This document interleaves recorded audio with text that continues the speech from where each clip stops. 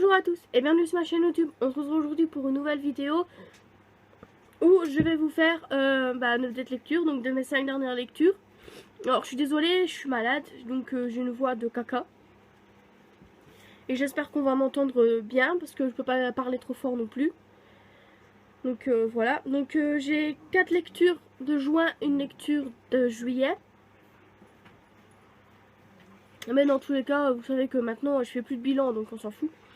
Donc là, le premier livre dont je vais vous parler, c'est À première vue de Colleen Hoover, donc publié chez Hugo Roman dans la collection Poche New Romance, où dedans on va suivre Merit Voss, qui est une fille qui est un peu bizarre quand même, du fait que en fait elle collectionne les trophées qu'elle n'a pas gagnés, donc c'est-à-dire qu'elle se rend dans un magasin pour acheter des trophées gagnés par d'autres personnes. En général, elle les achète en brocante. Et un jour, alors qu'elle est partie acheter un trophée, elle va faire la rencontre de Sagan. Et au final, elle va se rendre compte que Sagan l'a confondu avec sa sœur. Voilà, donc Merit a une sœur jumelle. Je sais plus comment elle s'appelle. Mais Merit a une sœur jumelle.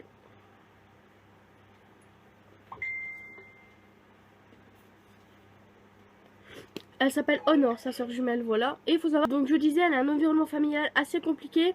Du fait que ses parents sont séparés, mais sa mère et son père vivent toujours sous le même toit. C'est-à-dire que eux vivent dans la maison, elle vit au sous-sol qui a été aménagé pour elle, donc avec un tout petit studio pour elle, voilà. Parce que sa mère ne sort plus en fait, depuis quelques années, elle ne sort plus de là. Et il faut savoir que son père s'est remarié, voilà. Donc c'est pas une ambiance très joyeuse dans sa maison. Et en fait, elle pense vraiment qu'elle peut pas avoir pire, sauf que en fait, les événements vont se passer et ils vont lui faire prendre conscience que les apparences sont parfois très trompeuses, voilà. Et elle va devoir remettre toutes ses certitudes en question. Et donc, il faut savoir que si vous lisez du Colleen Hoover, vous savez que elle met souvent des thèmes dans ses livres, qu'elle parle souvent de problèmes, comme par exemple, quand j'y pense avec un autre Colleen Hoover, là, que je réfléchis, quand j'y pense, il y avait le fait de se faire de la violence conjugale, le harcèlement. Et ici, en fait, le thème de ce livre, c'est la dépression. Voilà. Donc, c'est quelque chose qui touche pas mal de monde quand même à l'heure actuelle, mais qui n'est pas toujours détecté et dont ceux qui en sont atteints n'ont pas toujours conscience. Et c'est justement ça qu'on va suivre dans ce livre. Donc, je ne dirai pas qui est en dépression, comment ils vont se rendre compte, etc. Mais Sagan va jouer un rôle important là-dedans. Et l'environnement familial de Merit aussi va lui faire prendre conscience de beaucoup de choses, voilà. Et j'ai vraiment adoré ce livre, donc c'est pas un coup de cœur, mais j'ai quand même vraiment adoré ce livre. Et j'ai vraiment très hâte de pouvoir en lire un autre Colleen Hoover, mais je n'en ai plus d'avance. C'était le dernier Colleen Hoover qui me restait. Et on l'a lu en lecture commune sur Instagram avec un petit groupe de filles. Voilà, alors je pense que si vous farfouillez un peu sur Instagram, vous pouvez retrouver les avis des autres lectrices, voilà. Mais moi je vais pas m'épancher 50 ans dessus, je vais faire des avis très courts parce que pour ma gorge je pourrais pas parler une demi-heure. Alors ensuite j'ai lu Vengeful de V. Schwab, publié chez Lumen, donc qui est le tome 2 de Evil. Je remonte que c'est comme ça qui s'appelait le tome 1. Non, Vicious. Le tome 1 s'appelait Vicious, donc, et là donc dans Vengeful on suit toujours Victor, Mitch et Sydney. Est-ce que c'est bien Mitch? Je sais pas si c'est bien Mitch, mais dans tous les cas, c'est Victor et Sydney, ça j'en suis sûre. Donc on le suit assez longtemps après les événements du tome 1, bien que, comme dans le tome 1, on va avoir des flashbacks sur toutes ces années où pour suivre l'avancement pendant toutes ces années. Et en parallèle, on va suivre également Marcella Riggins qui va mourir et revenir à la vie, et qui va donc devenir une IO, mais une IO très dangereuse. Et qui va se créer son petit groupe en fait. Voilà, elle va se créer son petit groupe d'IO.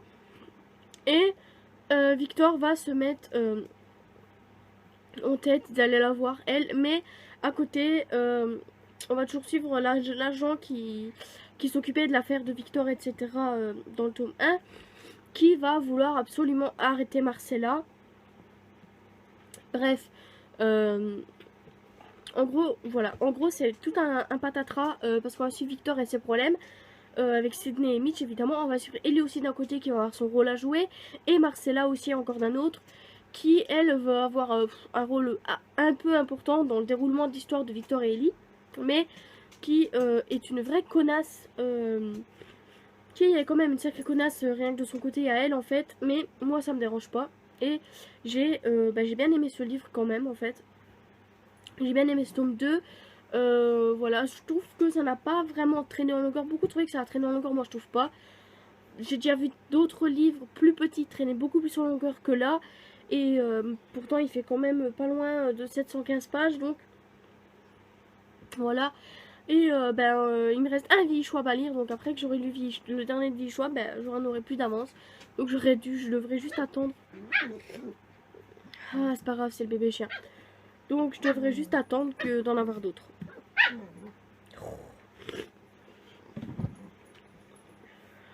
Je te jure. J'ai ensuite lu Clash le tome 3 Passion dévorante, où dans celui-là on va suivre Dixie Carmichael et Dixie Carmichael et... Oh Loulou s'il te plaît, on n'entend que toi. Dixie Carmichael en fait est la serveuse du bar, donc le bar tenu par Asa et Rome, voilà. Ouais, donc voilà. Et de notre, on va suivre également Church, mais je sais plus son nom de famille. Voilà, Church. Et Church, lui, est le videur du bar, c'est-à-dire qu'il est là en cas de problème ou à empêcher les gens d'entrer. Voilà, et il faut savoir que Dixie a eu le coup de foudre pour Church, parce qu'il faut savoir dans sa famille que quand ils rencontrent l'amour de leur vie, ils le savent au fond d'eux dès la rencontre. Et elle, c'est un peu ce qu'elle a vécu quand elle a vu Church pour la première fois. Sauf que Church, en fait, lui, il veut pas en fait qu'elle fasse partie de sa vie autrement qu'en tant que collègue, à la limite amie, voilà. Parce que lui, en général, il profite des femmes et il veut pas du tout entendre parler d'amour. Sauf que il va au final avoir besoin de Dixie pour un problème familial. Il va vouloir rentrer dans sa famille, mais il va leur dire qu'il était resté à Denver pour une fille, et donc il va demander à Dixie de jouer sa fausse petite amie. Sauf qu'on sait tous comment ça se passe quand deux personnes font semblant d'être ensemble. Sauf que cette fois-ci, bon, c'est une histoire assez banale en fait, quand deux personnes font semblant d'être ensemble, puis au final ils s'aiment, etc.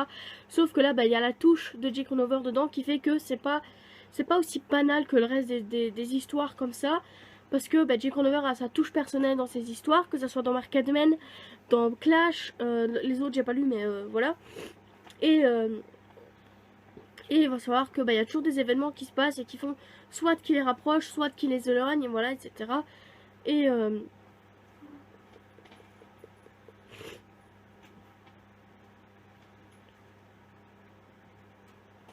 bref, ouais, et j'ai vraiment bien aimé aussi ce tome 4, n'importe quoi, ce troisième tome. Et autant vous dire que j'ai hâte de lire le quatrième et dernier tome de cette saga. Voilà, pour voir ce que ça va donner. Oh, ça va tomber. Pour voir ce que ça va donner, mais je pense que comme les autres, je vais bien aimer. Voilà. Hop. J'ai ensuite lu Il est grand temps de rallumer les étoiles de Virginie Grimaldi, donc publié chez Le Livre de Poche, où dedans on va suivre Anna et ses deux filles, donc Chloé et Lily. Voilà. Anna en fait a 37 ans, elle croule sous les dettes parce que elle est toute seule à devoir gérer la maison. Voilà, et ce qu'elle touche en fait à son travail ne lui permet pas de payer ses dettes, de vivre correctement, donc elle doit faire des choix. Sauf qu'un jour un huissier va arriver et lui dire qu'en fait elle doit absolument rembourser cette somme là, sinon on va tout lui saisir. Et dans le même temps, en fait, à son boulot, lui va lui dire qu'il veut plus d'elle. Voilà, qu'il veut plus d'elle, qu'il veut prendre quelqu'un de plus jeune, qui n'aura plus de problème au niveau de genre je m'évanouis ou des choses comme ça. Enfin, bref, il veut quelqu'un de plus jeune. Et elle, ça tombe très mal parce qu'elle doit rembourser ses dettes. Et en fait, quelqu'un va lui soumettre l'idée de faire un road trip. Je dis pas qui va lui soumettre l'idée évidemment de faire un road trip en Europe pour aller voir les aurores boréales. Donc les aurores boréales c'est en Norvège je crois, je suis pas sûre, mais je crois que c'est en Norvège les aurores boréales. Et donc de là elle va embarquer ses filles, Chloé qui a beaucoup de problèmes personnels et Lily qui a des problèmes à l'école. Elle va donc toutes les deux les déscolariser et elle va partir pour ce road trip en Europe. Et donc on va suivre le point de vue d'Anna principalement. On va suivre Chloé à travers des chroniques sur son blog et Lily à travers un journal qu'elle va appeler Marcel. Donc on va suivre leur road trip un peu du point de vue des trois. Et Anna va se rendre compte pendant ce road trip que ses filles ont plus de problèmes que ce qu'elle pensait. Et pour elle, ça va être un peu une occasion de se rapprocher de ses filles qu'elle ne voyait que le soir entre deux... Comment on appelle ça?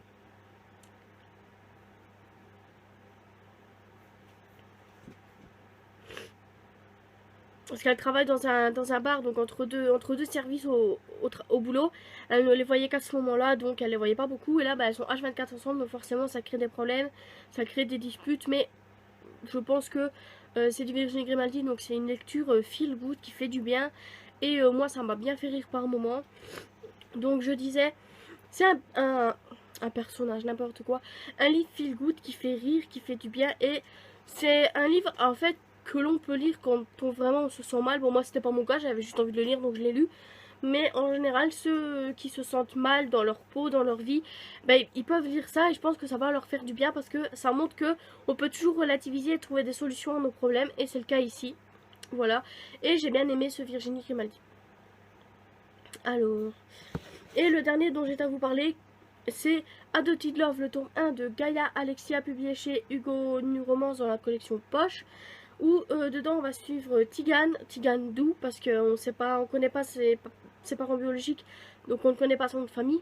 Il a vécu une grande partie de son enfance en orphelinat, et un jour il était en famille d'accueil, voilà, mais alors que il a 16 ans, la justice le rattrape et il va se rendre compte qu'il a fait la connerie de trop. Voilà, donc il a fait la connerie de trop.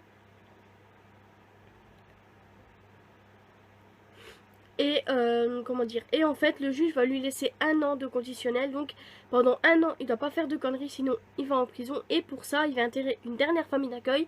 Donc je sais plus comment ça s'appelle, la famille d'accueil. Super, ça commence bien.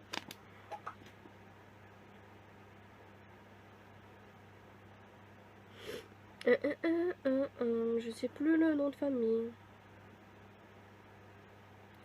Si je retape au début.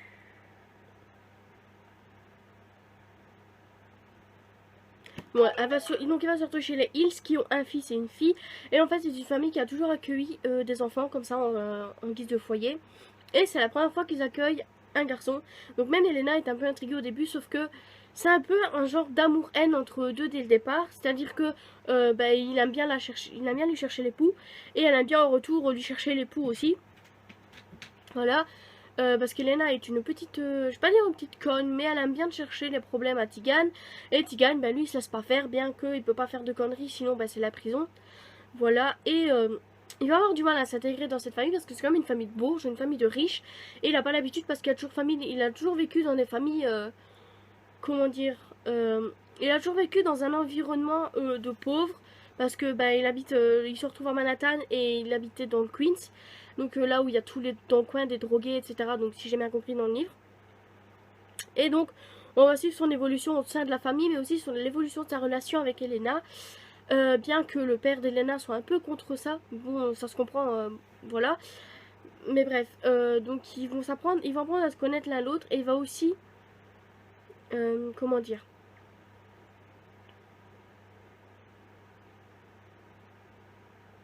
il va aussi découvrir certaines choses sur Elena qui vont le mettre un peu, je vais pas dire mal à l'aise, mais qui vont lui donner envie de prendre soin d'elle en fait. Et voilà, donc ce livre est un vrai coup de cœur parce que j'ai vraiment adoré. Et au vu de la fin du tome 1, j'ai vraiment très hâte de pouvoir acheter le tome 2 et de le lire. Sauf que je suis dans un no-boy un peu partiel en ce moment, mais voilà, j'achète pas beaucoup de livres et j'ai pas envie d'acheter le tome 2 maintenant, mais j'achèterai et je pense que je le lirai dans la foulée quand je l'aurai acheté. Ben voilà, c'est tout pour cette vidéo. Si tout va bien niveau voix, niveau maladie, vous aurez une prochaine vidéo mercredi. Un des deux top 5 que je devais vous faire, mais sinon Sinon, ben voilà, ça sera dans une semaine. Moi, je filme quand je peux. Là, je fais un effort pour pas vous laisser un mois sans vidéo. Mais dans tous les cas, on se retrouve bientôt pour une prochaine vidéo. Bye bye.